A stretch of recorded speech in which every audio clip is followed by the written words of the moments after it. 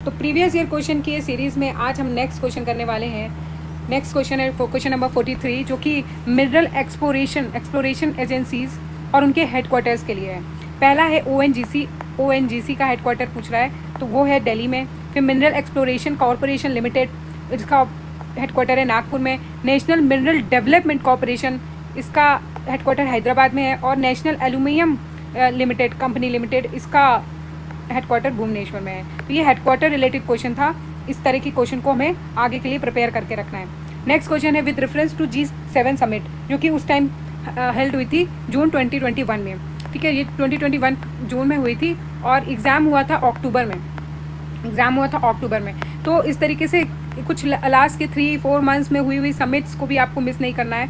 वैसे तो आपको पूरा करंट अफेयर लगभग 1.5 साल का पता होना चाहिए, पर जितनी भी रीसेंट समिट्स होती हैं उनको बहुत ही ध्यान से करना है। तो पहला इसमें इस क्वेश्चन को हम सॉल्व तो नहीं करेंगे क्योंकि अभी पुराना करंट अफेयर हो गया है, लेकिन ये पैटर्न जो भी है, पैटर्न को हम यहाँ पे चेक कर सकते हैं। तो पैटर्न हो जाएगा कि United kingdom was the chair. तो पहला तो एक चीज़ ध्यान देने वाली है कि चेयर पूछ रहा है कि किसने चेयर किया था, और दूसरा है गेस्ट कंट्री पूछ रहा है। ठीक है, हालांकि इस क्वेश्चन के हिसाब से ये क्वेश्चन इसका स्टेटमेंट सेकंड गलत था और सिर्फ फर्स्ट सही था। तो ये पैटर्न आप देख सकते हैं। फिर एक और पैटर्न आप देख सकते हैं, रूलर और उसका स्टेट कौन सा था। ये क्वेश्चन हिस्ट्री से पूछा गया है। इसमें पूछ रहा है कि कौन सा करेक्टली मैच नहीं है। तो ये राणा चुंदा जो है ये मेवाड़ के थे, इसमें मारवाड़ दिया हुआ है, ये मेवाड़ होगा। ठीक है, क्योंकि बाकी सारे जो भी हैं वो सही मैच्ड है, बस ये मेवाड़ होगा इसमें। फिर क्वेश्चन पूछ रहा है at the time of the second wave of covid pandemic which institute has demonstrated the conversion of nitrogen generator into oxygen generator. तो ये भी करंट बेस्ड क्वेश्चन है, आप पैटर्न चेक कर सकते हैं। इसका आंसर IIT बॉम्बे होगा। उत्तर प्रदेश स्वामी विवेकानंद ऐतिहासिक परिवर्तन यात्रा योजना 2021 किस इंट्रोड्यूस्ड हुई थी यूपी गवर्नमेंट में, for which of the following people for religious travel. ठीक है, तो ये भी UPPCS 2021 का प्रीवियस ईयर क्वेश्चन है। और इसका पैटर्न देखते हुए आप ये देख सकते हैं कि जो ये यात्रा हुई थी उसमें ये पूछ रहा है कि किस तरीके के रिलीजियस ट्रैवलर्स जो थे, किसके लिए ये योजना बनाई गई थी। ये लेबरर्स के लिए ये योजना बनाई गई थी। अगला क्वेश्चन है बजट को लेकर के। तो आपके लिए बजट बहुत इंपॉर्टेंट हो जाता है, बजट में आई हुई स्कीम्स बहुत इंपॉर्टेंट हो जाती हैं। ये क्वेश्चन हम सॉल्व नहीं कर रहे हैं क्योंकि ये हम हो गया पुराना, लेकिन एनालिसिस का क्या मतलब हो जाता है कि आपको एक ट्रेंड पहचानना है कि किस तरीके के ट्रेंड में क्वेश्चन पूछे जा रहे हैं। तो बजट पे पढ़ना है, बजट में आपको स्कीम्स का ध्यान रखना है। अगला क्वेश्चन देखते हैं, a member of state public service commission में बी रिमूव्ड बाय। पॉलिटी का क्वेश्चन है। स्टेट पब्लिक, आप स्टेट एग्जाम दे रहे हैं तो state public commissions, state human right commissions, जो भी स्टेट ओरिएंटेड कमीशंस हैं उनको बहुत अच्छे से पॉलिटी में आपको पढ़ना है लक्ष्मीकांत से। ठीक है, इसका आंसर हो जाएगा president after inquiry conducted by supreme court. ठीक है, नेक्स्ट है which of the following institute office bring out the wholesale price index. ठीक है, तो ये रिपीटेड क्वेश्चन है। Ministry of commerce and industry का डिपार्टमेंट होता है जो कि WPI इंडेक्स प्रिपेयर करने के लिए रिस्पॉन्सिबल होता है। फिर which of the following is not a major cocoa producing country. बाकी सारी कोको प्रोड्यूसिंग कंट्री हैं, लतविया नहीं है। Which of the following is not an element of rural community. ठीक है, रूरल कम्युनिटी का इनमें से कौन एक एलिमेंट नहीं है।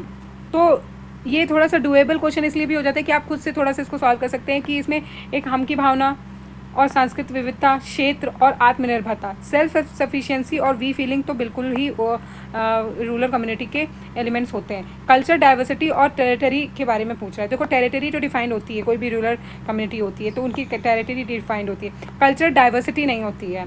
ठीक है, उनके अंदर कल्चरल डाइवर्सिटी नहीं होती है इन अ रूरल कम्युनिटी। ठीक है, तो इसलिए इसका आंसर B हो जाएगा। विच कॉन्स्टिट्यूशन अमेंडमेंट रिड्यूस करी थी एज को 21 से 18 साल। तो ये बहुत ही एक इम्पॉर्टेंट क्वेश्चन है, एक बहुत ही इंपॉर्टेंट अमेंडमेंट है। 61st अमेंडमेंट एक्ट ने इस एज को कम किया था। ठीक है, तो public account committee of Indian parliament scrutinises किस रिपोर्ट को PAC जो कमेटी होती है इंडियन पार्लियामेंट की वो करती है। इसका आंसर हो जाएगा A, CAG की रिपोर्ट को। अच्छा, ये 61st अमेंडमेंट एक्ट जो है ये 1988 में आया था। ठीक है, तो ये आप याद रखिएगा। फिर अगला क्वेश्चन है स्टेटमेंट बेस्ड क्वेश्चन है। ठीक है, वो कह रहा है कि इसमें Mughal empire was originally a military state पूछ रहा है। फिर पूछा the vitality of the development of central government system depend on its military power. तो ये क्वेश्चन पूछ रहा है, इसका आंसर हो जाएगा B, कि ये दोनों ही स्टेटमेंट सही है लेकिन ये इसका एक्सप्लेनेशन नहीं है। फिर अगला क्वेश्चन पूछ रहा है with reference to Uttar Pradesh population control stabilisation and welfare bill. ठीक है, ये बिल के ऊपर क्वेश्चन आया, करंट बेस्ड क्वेश्चन है। ठीक है, तो जो भी इस टाइप की स्कीम्स होती हैं यूपी ओरिएंटेड, ठीक है, उनको आपको और ध्यान से पढ़ना होगा। ये क्वेश्चन बहुत पुराना हो गया तो इसको पढ़ने का कोई मतलब नहीं है।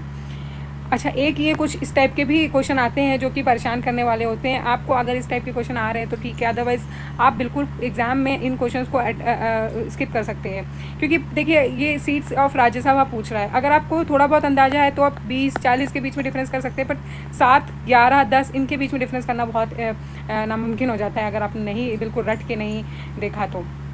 फिर ऑप्शन भी सेम दिए हुए हैं 2 ऑप्शंस पे, इसलिए थोड़ा सा अनडूएबल क्वेश्चन हो जाता है अनटिल एंड अनलेस आपको बिल्कुल अच्छी तरीके से ये कॉन्सेप्ट आता हो।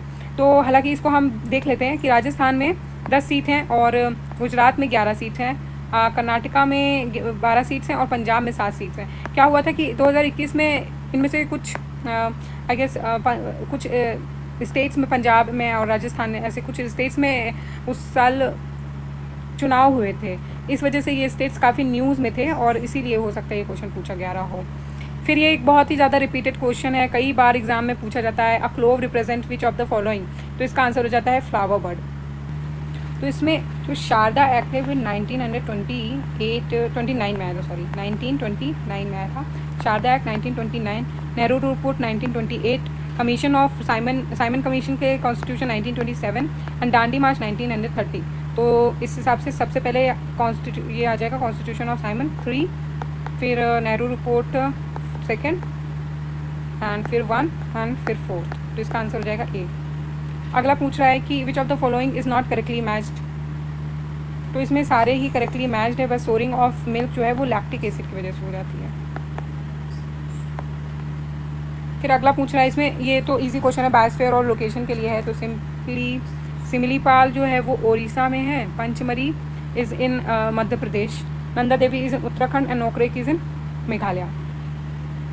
अगला क्वेश्चन है कि Teesta river was earlier the tributary of Ganga, now it is a tributary of Brahmaputra and river capturing is a major feature of Himalaya river. तो तीस्ता रिवर जो है वो यहाँ से निकलती है, जैसे नेपाल है, नेपाल के बॉर्डर से यहाँ से निकलती है, and it is a tributary of Brahmaputra, earlier it was tributary of Ganga. तो ये अपना कोर्स बहुत ज़्यादा चेंज करती है, ठीक है। और सेकंड क्वेश्चन जो है वो नदी अपहरण के बारे में है, नदी अपहरण के बारे में है।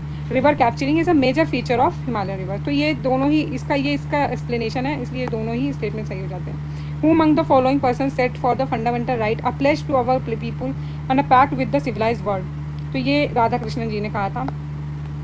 अगला क्वेश्चन है which of the following cities countries first Indian institute of skill was established. ये कानपुर में है, इंडियन स्किल जो है पहला इंस्टीट्यूट को कानपुर में इस्टेब्लिश किया गया था।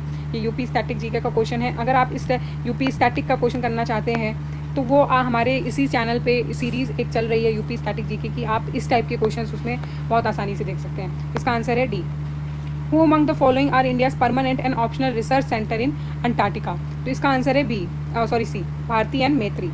और नेक्स्ट क्वेश्चन है which of the following particle has 0 charge, तो ये न्यूट्रिनो है। और आज का आखिरी क्वेश्चन है with reference to the radioactivity पूछ रहा है।